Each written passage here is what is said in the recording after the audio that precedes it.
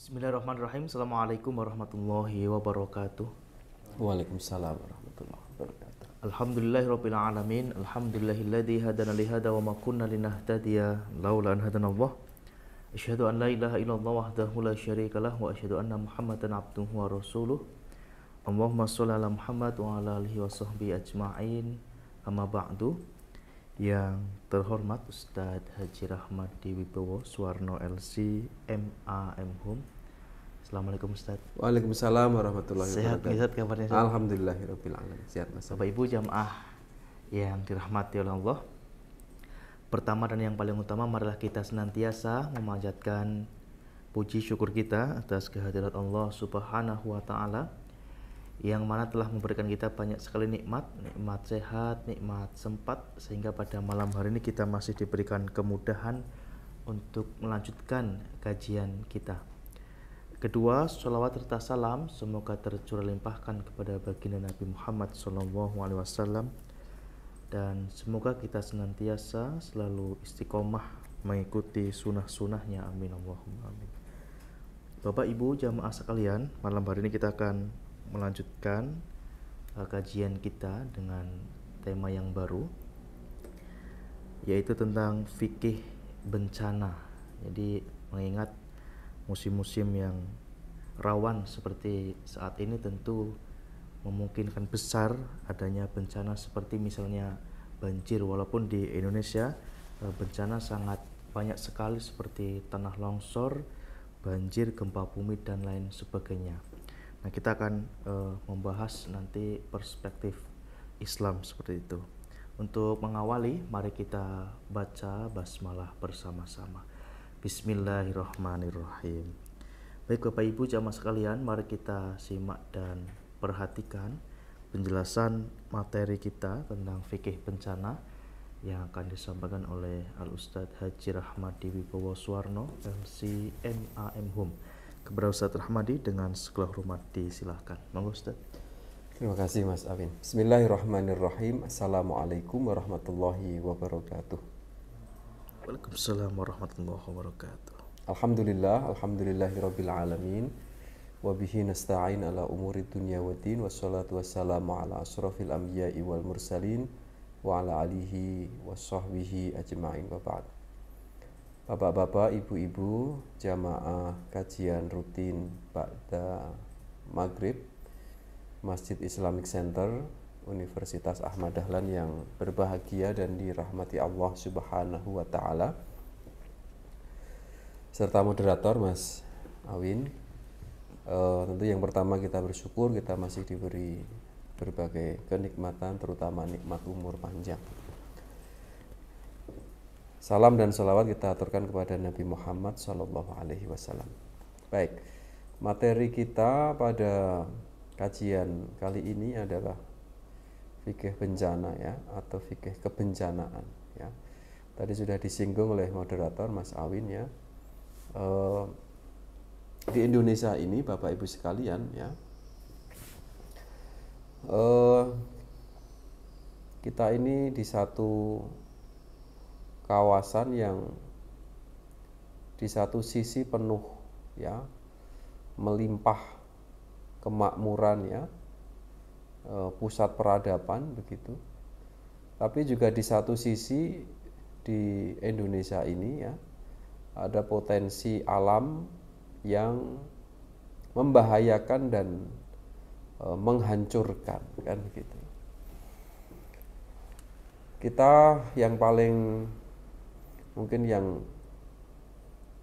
yang paling besar begitu ya, ada misalnya di Indonesia ini pernah terjadi letusan Gunung Merapi, mungkin terbesar di dunia ya Mas Awin ya, Krakatau begitu ya, gitu kan ya. Dan banyak lagi begitu ya. Jadi potensi yang kemudian bisa menghancurkan, yang kemudian itu disebut dengan bencana. Nah, ini data-data saja Bapak Ibu sekalian ya, di Indonesia fakta begitu. Misalnya ya, kita ini di daerah kawasan Lempeng 3 ya 3 lempeng bumi ya, maka gempa misalnya di Jogja ini 2006 ya, begitu dahsyatnya. Kemudian kawasan sabuk api ya, kita nih Indonesia ini memiliki 187 ya gunung api, dan diantaranya ya kalau di Jogja ini yang masih aktif yaitu Gunung Merapi. Nah, mana ini ya. Nah inilah kalau petanya begitu ya, tadi ada 187 ya. Jadi mulai dari Sumatera, Aceh ya, kemudian turun ke bawah ya, kemudian ada yang disebut dengan sabuk api ya. Oke. Resiko tsunami juga tertinggi begitu ya. Kemudian resiko tanah longsor itu juga ranking 1 begitu. Gempa bumi juga ya, kemudian banjir ke-6 ini ya. Oke, ini data-data yang kita tampilkan. Nah, tentu Bapak Ibu sekalian ya, memandang peristiwa kejadian itu memang sudut pandangnya bermacam-macam. Bisa dari sudut pandang agama, dari sudut adat, atau dari ilmu pengetahuan. Nah tentu ya kita ini sebagai umat Islam ya, tentu tidak bisa lepas dari agama itu sendiri kan begitu. Maka cara memandang bencana ya dengan berbagai macam jenisnya ya, kita harus kemudian membuka kembali kan begitu ya, bagaimana Al-Quran ya, bagaimana ajaran Nabi, sunnah-sunnahnya itu memberikan tuntunan kepada kita ketika misalnya terjadi atau termasuk kemudian tindakan-tindakan apa yang harus kita lakukan untuk kemudian dalam rangka pencegahan jika memang itu bisa dicegah ya, atau mungkin termasuk ya kalau kemudian tidak bisa dicegah tapi bagaimana kemudian mengurangi korban kan begitu ya. Jadi misalnya karena di satu tempat ya di bantaran sungai atau kemudian ya di daerah-daerah yang rawan ya, sebelum terjadi ya ini musim hujan ini ya, maka kemudian ya ada istilahnya relokasi kan begitu ya. Itu kan dalam rangka untuk kemudian mengurangi korban kan ya, atau kemudian ya tingkat korban itu 0. Nah ini contoh saja yang kita tampilkan beberapa termasuk ya corona ya, COVID itu ya, itu juga merupakan suatu bencana ya, bahkan dampaknya di berbagai aspek ya dalam kehidupan kita ini. Oke. Nah, Bapak Ibu sekalian, ketika memandang bencana ya, ini orang bermacam-macam ya. Ya misalnya apa ya, Merapi lah misalnya, atau gunung yang meletus itu ya. Ada yang memandang itu proses alamiah ya. Jadi proses alam ya, yang dia ada siklusnya misalnya kan begitu ya. Tapi ada juga kemudian yang memahami ini dikaitkan dengan perilaku manusianya ya. Jadi karena eksploitasi ya yang berlebihan, maka bencana itu datang ya. Misalnya karena pengerukan pasir yang berlebihan kan begitu ya, atau kemudian penambangan pasir ya, atau kemudian ya hutan ya kemudian ditebang ya secara membabi buta misalnya begitu. Itu cara pandang yang kedua. Ada juga yang memandang bahwa bencana itu ya itu akibat kemaksiatan ya. Nah ini nanti kasihan sekali nih Mas Awin ya. Jadi sudah mendapatkan musibah bencana ya, misalnya anggota keluarganya ada yang meninggal, hartanya hilang ya, kemudian masih dituduh ini karena melakukan perbuatan maksiat ini ya, ya kan ya. Jadi ada juga yang menghubungkan dengan itu kan begitu. Oke. Atau termasuk bahkan ya ada juga yang memandang yaitu bagian dari mistik ya. Di situ ada mitos-mitos karena hal-hal yang sifatnya gaib. Dalam arti gaib di sini itu ya ada cerita-cerita yang memang sebenarnya kadang juga untuk mencari kebenarannya juga perlu digali kan begitu ya. Tapi dikaitkan dengan hal-hal yang sifatnya mistik. Nah, ini cara pandang yang beragam ini ada di sekitar kita kan begitu. Nah, judul kita Bapak Ibu sekalian ya, fikih ya. Fikih itu memang di masyarakat itu dimaknai sebagai suatu hal-hal yang sifatnya itu terkait dengan tata cara, terkait dengan praktek praktis, ibadah praktis, sering disebutnya begitu.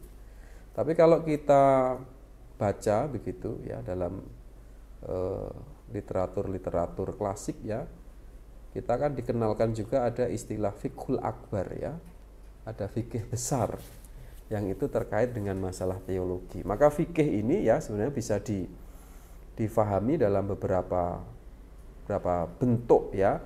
Yang pertama secara luas, jadi merupakan norma atau nilai ya, yang prinsip yang pokok. Nah, itu dia.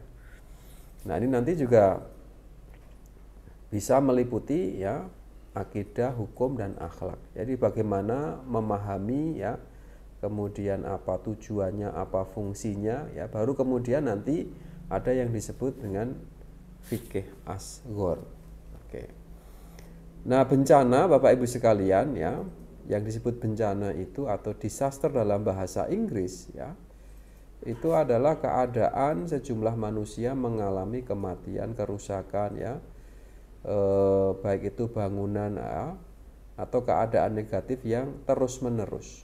Yang dalam bahasa Arab itu al-karithah, al-baliyah ya, dan ad-dahr. Perkara yang tidak disukai manusia ya. Sesuatu keadaan yang diliputi oleh kesulitan ya.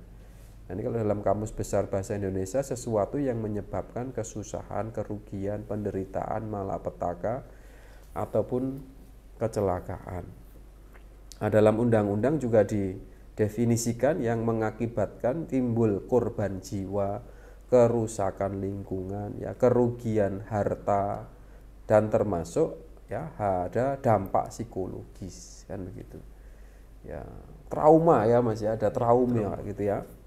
Mungkin Bapak Ibu sekalian yang mengalami gempa Jogja 2006 itu kan seperti digulung ya, seperti seperti ombak itu, ada juga yang menyebut begitu. Sehingga kemudian ketika ada getaran sedikit saja itu dia merasa wah ini gempa kan begitu. Jadi ada dampak ya yang kemudian masih bisa terus dirasakan, dan itu nanti butuh terapi kan begitu Mas.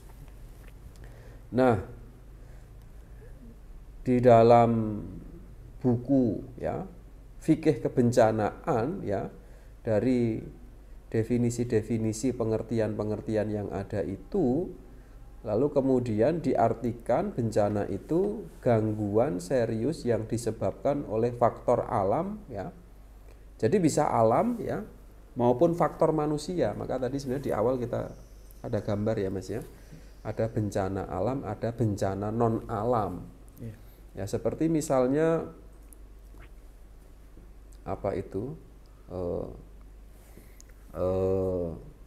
konflik ya antar suku ya, itu juga bencana ya, yang itu disebabkan oleh manusia. Atau misalnya di Jepang itu pernah, atau beberapa negara ya, misalnya reaktor nuklirnya bocor kan begitu ya, atau kemudian ya ada kilang minyak yang kemudian meledak kan begitu ya. Nah itu ada unsur faktor dari manusia yang kemudian dia melumpuhkan fungsi-fungsi masyarakat yang dibangun ya. aspeknya di situ fungsinya bisa dari keberlangsungan hidup manusia, materi, ekonomi, lingkungan. Nah, ini bedanya ya dengan definisi-definisi yang sebelumnya itu berdasarkan ketentuan dan hukum Allah. Jadi tetap kemudian menghubungkan, mengaitkan dengan ketentuan-ketentuan Allah. Ada yang disebut dengan sunnatullah. Nah, itu tidak bisa dihindarkan. Nah, termasuk nanti bencana itu Bapak Ibu sekalian yang dirahmati Allah, yaitu ya dia berdasarkan pengetahuan Allah Subhanahu wa taala, ya. Sehingga nanti cara pandangnya nanti akan berbeda. Itu kita akan tunjukkan. Jadi ya karena itu datangnya dari Allah, ya, dan kita diajarkan ya kepada Allah itu kan tidak boleh kemudian berprasangka buruk, ya. Sehingga apapun yang terjadi ya kita harus berhusnudzon kepada Allah, ya. Nah, nanti di balik bencana, nah nanti kemudian apa di balik bencana, ya. Ya selain misalnya ada kerugian secara materi, ya termasuk ada yang meninggal. Tetapi ternyata kalau dicari pelajarannya, bahkan keuntungan secara materi ya pasti ada, kan begitu ya. Nah, itu harus dibaca, harus difahami secara menyeluruh. Jadi tidak hanya faktor apa yang dilihat, tetapi di situ ada ketentuan Allah, ya, ada hukum-hukum Allah yang di situ meliputi dari bencana itu. Oke. Nah, di dalam buku fikih bencana itu juga dihubungkan ya terkait dengan bagaimana bencana itu ya harus dikelola. Maka sebenarnya bencana itu terjadi ketika salah memperhitungkan dari resiko, ya, memperhitungkan ya tadi kalau di situ sudah rawan bencana ya seharusnya kan kemudian dihindari. Jadi kesalahan memperhitungkan, ya, di situ ada siklus-siklusnya misalnya, kan begitu ya. Apalagi sekarang siklusnya ini ya, misalnya musim hujan ini Mas ya. Sekarang ini ada istilahnya ya, apa itu? Bencana hidroklimatologi kalau tidak salah ya. Jadi ya ada banjir ya, ada kemudian perubahan iklim ya. Yang itu nanti juga dampaknya sangat besar dalam kehidupan kita. Oke. Nah, termasuk ya kalau misalnya musim hujan sudah bergeser misalnya begitu ya. Nah, itu kan berarti berdampak pada dunia pertanian, kan begitu. Nah, banyak hal kan begitu. Nah, ini ada satu ayat Bapak Ibu sekalian ya tadi berdasarkan ketentuan Allah, berdasarkan hukum-hukum Allah. Jadi di dalam Al-Qur'an surat At-Taghabun ya ayat yang ke-11 di situ disebutkan a'udzubillahi minasyaitonirrajim bismillahirrahmanirrahim ma asaba min musibatin illa biidznillah. Ya, jadi tidak ada suatu musibah yang menimpa ya kecuali dengan izin Allah, ya. Wa may yu'min billahi yahdi qalbahu wallahu bikulli syai'in alim. Ya, jadi siapa yang beriman kepada Allah, maka Allah akan memberikan petunjuk pada hatinya dan Allah itu mengetahui segala. Nah, ini ya, segala sesuatu. Jadi ilmunya Allah itu meliputi segala hal. Jadi yang telah, yang sedang dan yang akan terjadi, kan begitu. Jadi semua peristiwa atas pengetahuan dan izin Allah. Nah, di dalam Al-Qur'an Bapak Ibu sekalian yang dirahmati Allah, ya, ada banyak term ya, ada banyak kata untuk menunjuk bencana itu, ya. Ada musibah, ada bala, ada fitnah, ada azab, ada fasad, ada halak, ada tadmir, tazmik, iqab, nazilah. Nah, ini banyak sekali. Yang kesemuanya itu tentu ya nanti ya dalam ayat itu nanti dia punya makna-makna yang lebih khusus. Misalnya musibah, ya, sesuatu yang menimpa manusia berupa baik maupun yang buruk, positif maupun negatif. Alladzina idza asabatu musibatun qalu inna lillahi wa inna ilaihi rajiun. Jadi harus ya diucapkan ketika mendapatkan musibah itu ya inna lillahi wa inna ilaihi rajiun. Jadi semua akan kembali kepada Allah karena semuanya adalah milik Allah Subhanahu wa taala. Jadi apa saja yang menimpa manusia disebut musibah, baik yang berwujud kebaikan maupun keburukan. Maka ada satu hadis ya, itu disebutkan in asobathu sarraun syakara fakana khairan lahu wa in asobathu dharra sabara fakana khairan lahu. Jadi kalau dia itu ditimpa sesuatu bisa baik kan begitu ya, cuma kemudian sikapnya saja yang kemudian yang harus ditekankan. Jadi apapun yang menimpa ya, kalau kebaikan ya dia kemudian bersyukur ya, kalau kemudian dia mendapatkan dharra ya, sesuatu yang negatif ya, yang buruk ya, maka kemudian dia itu sabaro. Nah, semua itu akan baik baginya. Nah, sebenarnya sikap ya, sikap terhadap bencana itu ya, maka sabar. Nah, itu ya. Ada balak juga Bapak Ibu sekalian ya. Oke, kita akan lewati saja ini. Fitnah juga ya, cobaan ya. Meskipun fitnah itu juga nanti dimaknai ya, ketika dia di dalam ayat itu dia banyak, bisa cobaan, bisa kemusyrikan ya, kemudian bisa kebinasaan ya. Kemudian ada azab ya, itu siksaan ya. Al-azab ini juga sering kita temukan begitu dalam Al-Qur'an. Kemudian fasad ya. Jadi kerusakan. Nah, nanti secara eksplisit kalau dalam Al-Qur'an itu disebut ya, yang menjadikan bencana itu nanti juga akibat dari ulah manusia ya. Dari ulah manusia ya. Ya, kemudian nanti prosentasenya seberapa kan begitu. Nah, itu juga bisa bermacam-macam kan begitu. Kalau memang kemudian di luar kehendak manusia ya, ya tadilah misalnya gempa itu Mas ya, itu kan saya kira itu faktornya lebih banyak pada alamnya.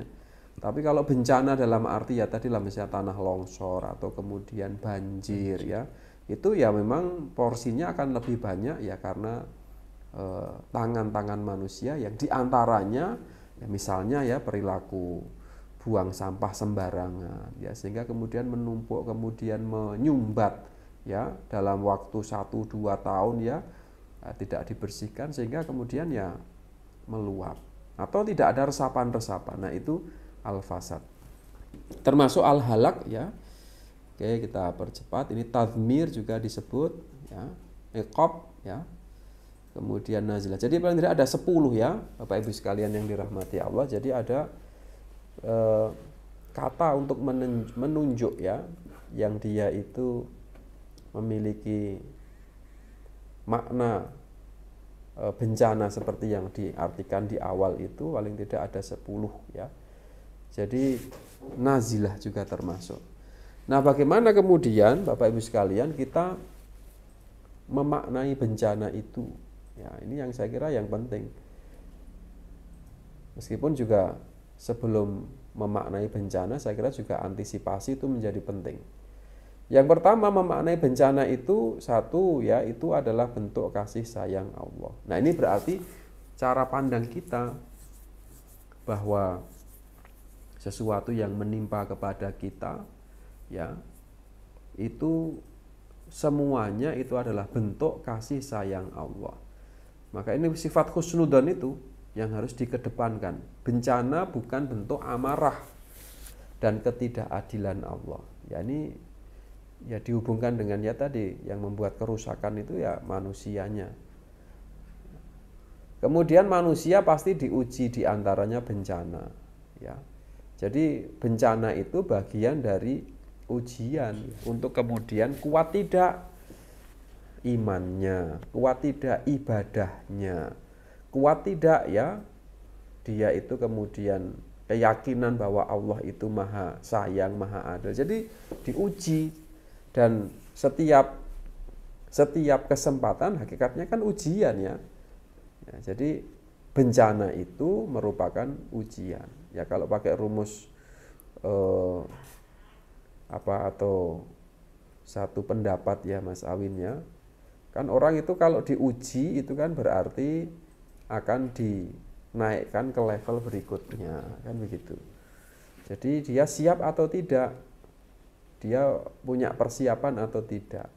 Ya kalau diuji itu kan kemungkinannya dua ya Mas ya. Naik tingkat atau tetap tingkatnya kan begitu ya. Naik kelas atau tinggal kelas kan begitu. Ya itu. Jadi maka sebenarnya di Indonesia ini ya tadi kita sebut banyak sekali bentuk-bentuk bencana ya. Ya, meskipun di satu sisi juga begitu banyak ya keindahannya ya, tapi ada juga yang mengancam. Ya ini berarti ujiannya banyak, berarti ada kesempatan untuk kemudian semakin meningkat, itu berarti semakin banyak. Kemudian setiap manusia pasti dihadapkan masalah. Jadi bencana ini kan masalah. Ya. Maka sikap yang terbaik itu adalah bagaimana menghadapi masalah itu, bagaimana menyelesaikan ya ini bencana ini, bagaimana ini kita harus keluar dari bencana, bukan kemudian mempersoalkan masalah. Ya, orang debat ini gempa siapa yang salah dan sebagainya, tapi kemudian yang lebih tepat saya kira adalah bagaimana menyelesaikan bencana ini. Apa sih misalnya banjir itu ya, itu apakah memang sungainya sudah mengalir dengan baik kan misalnya begitu, atau resapannya kan begitu, atau kemudian termasuk hutannya itu seperti apa. Oke. Semua peristiwa berdasarkan kebaikan, ketetapan dan hukum Allah, tadi sudah kita sebut ya. Kemudian bencana berfungsi sebagai media introspeksi dan berbenah. Nah, saya kira adanya bencana itu ya, itu kan kemudian kita harus berpikir kan begitu ya. Ada apa ini? Siapa yang salah? Kan begitu. Kalau sudah tahu siapa yang salah, maka harus kemudian dibenahi. Oke, kemudian setiap perbuatan ada dampaknya. Ya, diantaranya adalah bencana. Ya tadi buang sampah, kemudian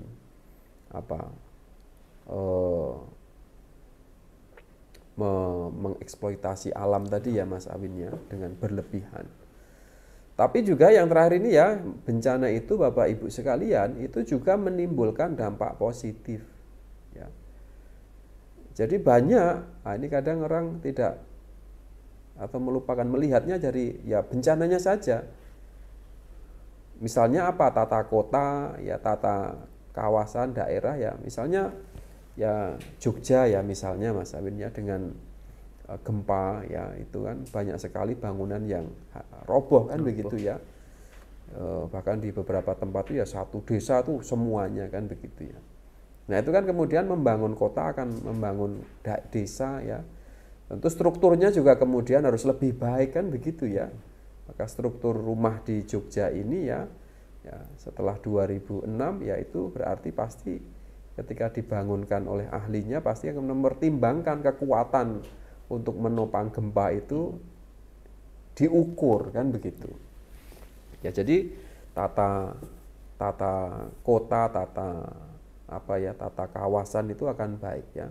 Contoh lain misalnya di Merapi ya, abu gunung ya, itu membawa kesuburan ya. Jadi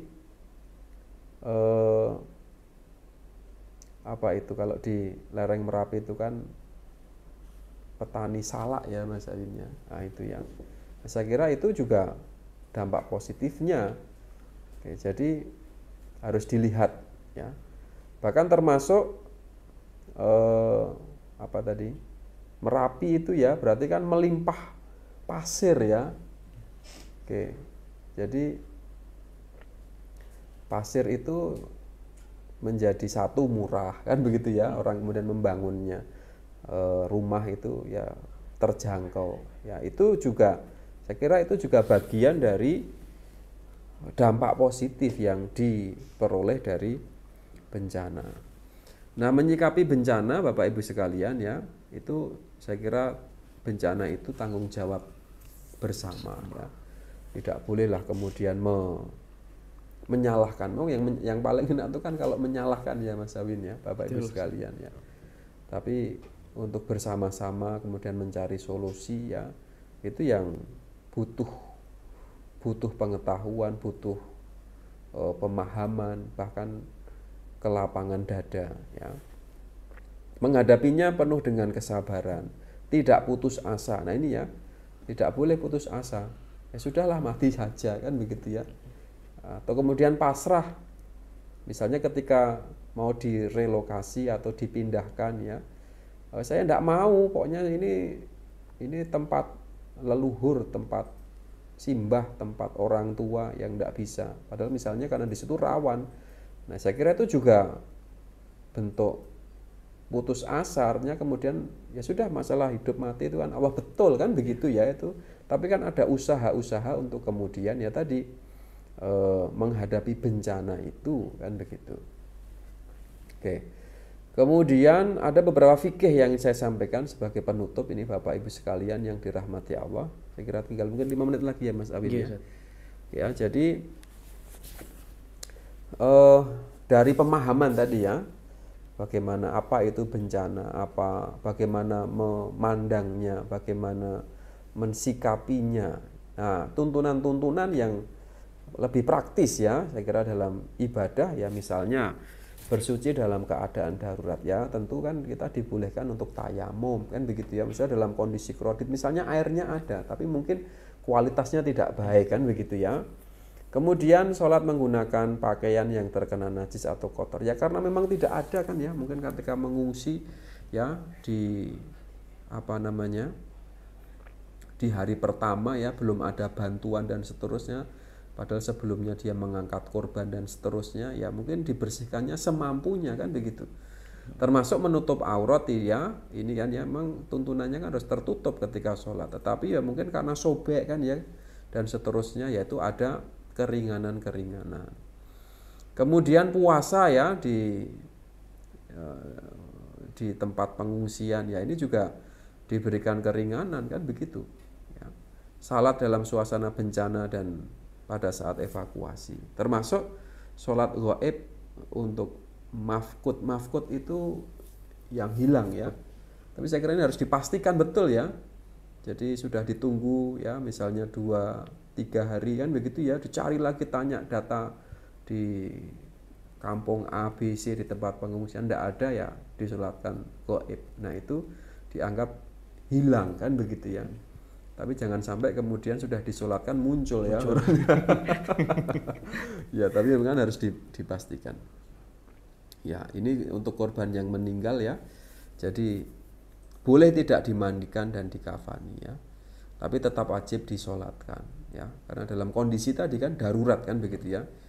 Kemudian haruskah dengan kain kafan kan begitu ya?